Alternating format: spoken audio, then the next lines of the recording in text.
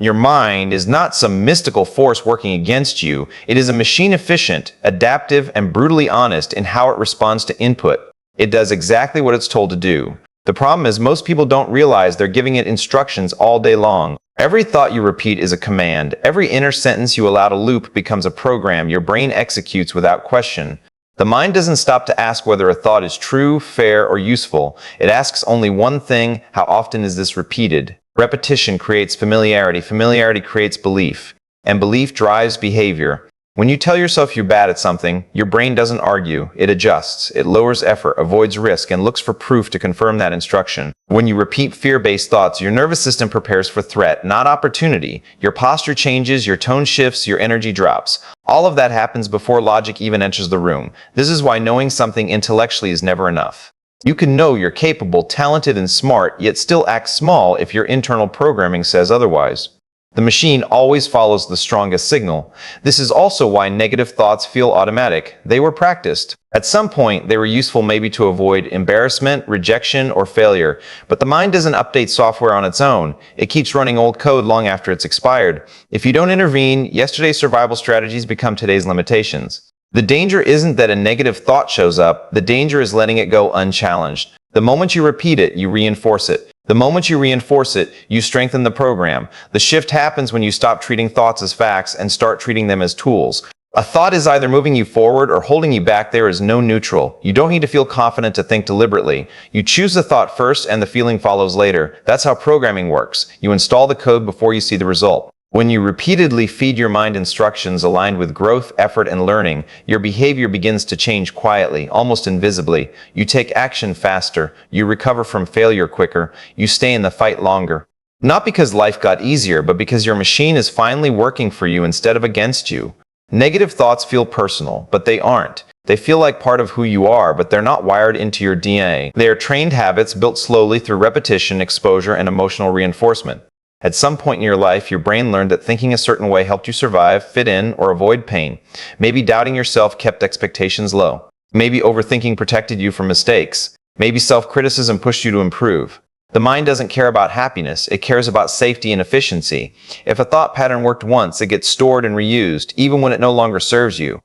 Over time, these habits become automatic. The thought shows up before you consciously choose it, which is why it feels like a personality trait. You start saying things like, "I'm just an anxious person," or "I've always been like this," not realizing that what you're describing is practice, not identity. The brain is excellent at making repeated behaviors feel permanent, but permanence is an illusion created by consistency. What was learned through repetition can only be maintained through repetition, and that means it can be disrupted the same way it was built. Unlearning negative thought patterns doesn't happen by fighting them or pretending they don't exist. Resistance actually feeds them. The real change starts with awareness. The moment you notice a thought, instead of merging with it, you create space. In that space, you gain choice. Instead of asking whether the thought is true, ask whether it's useful. A thought can be technically true and still sabotage your progress. Usefulness is the standard that matters. If a thought weakens your action, drains your energy, or narrows your vision, it's not worth keeping. Replacement is the critical step. The brain hates a vacuum. If you remove a thought without installing a new one, the old pattern will return stronger. The replacement doesn't need to be overly positive or inspirational, it needs to be functional. A thought that points you toward effort, learning, or resilience will always outperform one rooted in judgment or fear. Repetition does the heavy lifting. Each time you choose the replacement, you weaken the old habit and strengthen the new one. With time, what once felt forced becomes natural. The new pattern starts showing up automatically, just like the old one did. That's when people mistake growth for personality change, not realizing they simply trained a better habit and stayed consistent long enough for the brain to accept it as the new normal. Motivation is loud, emotional, and temporary. It shows up when things feel exciting or new and disappears the moment discomfort enters the picture. Identity, on the other hand, is quiet and relentless. It operates in the background, shaping decisions without asking how you feel. When action is tied to motivation, effort becomes optional. When action is tied to identity, effort becomes automatic. You don't negotiate with who you believe you are, you act in alignment with it, even on the days you'd rather quit. Most people set goals and hope motivation will carry them through. But goals are external targets, while identity is an internal standard. You might aim to be disciplined, successful, or confident, but if your self-image says you're inconsistent, average, or hesitant, your behavior will eventually obey the identity, not the goal. That's why people start strong and fade out. It's not a lack of desire, it's a mismatch between what they want and who they believe they are. Under pressure, identity always wins because it feels familiar and safe. Identity is built through repetition, not declarations. Saying, "I am disciplined," once doesn't change anything. Acting in a disciplined way, especially when it's uncomfortable, sends a signal to the brain. Each action becomes evidence. Evidence shapes belief, and belief solidifies identity. This is why small actions matter more than big intentions. Every time you keep a promise to yourself, no matter how minor, you reinforce an identity of reliability. Every time you break one, you rehearse the opposite. The brain keeps score even when you don't. The danger is that identity is always being rehearsed, whether you're aware of it or not. Skipping the workout, avoiding the difficult conversation, procrastinating on important work, these aren't just isolated choices, they are rehearsals.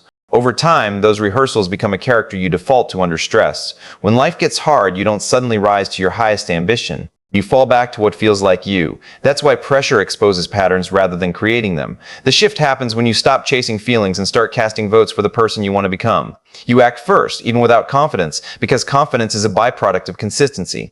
You choose behaviors that align with the identity you're building, not the mood you're in.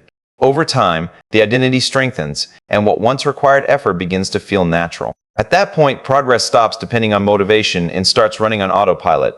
Powered by the person you've trained yourself to be, growth has never been comfortable, and it never will be. Pain isn't a sign that something is wrong, it's proof that something is changing. The mistake most people make is trying to eliminate discomfort instead of deciding which kind of discomfort they're willing to live with. Avoiding effort, confrontation, and discipline feels good in the moment, but that relief is borrowed time. The bill always comes due, and it shows up as regret, stagnation, and the quiet frustration of unrealized potential. Pain is unavoidable. The only real choice is whether you experience it intentionally or let it accumulate passively. Discipline is how you choose pain with direction. It's waking up when your body wants comfort, starting when your mind wants delay, and staying consistent when quitting would be easier. That discomfort is sharp but temporary. It has an edge to it, but it also has an end. The pain of avoidance is different. It's dull, constant, and corrosive. It doesn't push you forward, it slowly traps you in the same place while time moves on without you. Short-term comfort feels harmless, but repeated often enough, it becomes a cage. Long-term freedom is built through repeated moments of choosing what's hard now, so life can be easier later. Financial freedom comes from the pain of restraint and planning. Physical freedom comes from the strain of training and recovery. Mental freedom comes from facing fears instead of feeding them. None of these are dramatic in isolation. They are quiet decisions made daily, usually when no one is watching. Discipline isn't about intensity, it's about loyalty to the future version of yourself who will benefit from today's discomfort. The mind will always argue for comfort. It's wired to conserve energy and avoid pain. That voice doesn't make you weak, it makes you human. Strength is not the absence of that voice, but the ability to act without obeying it. Each time you do the hard thing on purpose, you prove to yourself that discomfort is survivable. That proof builds trust. Trust turns fear into focus. Focus turns effort into momentum. When pain is chosen intentionally, it stops feeling like punishment and starts feeling like investment. You stop asking how to avoid it and start asking what it's buying you. Over time, discipline compounds, and the effort that once felt heavy becomes part of your normal rhythm.